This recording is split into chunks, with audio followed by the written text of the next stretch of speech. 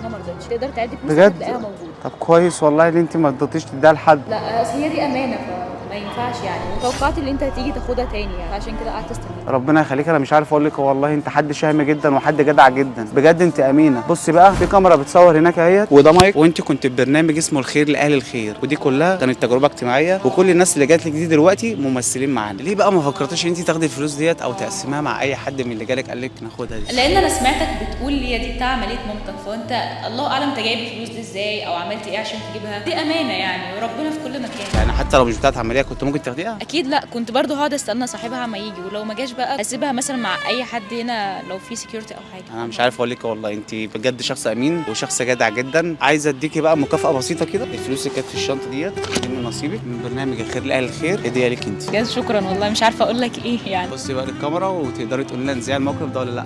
اه اكيد، الخير لاهل الخير.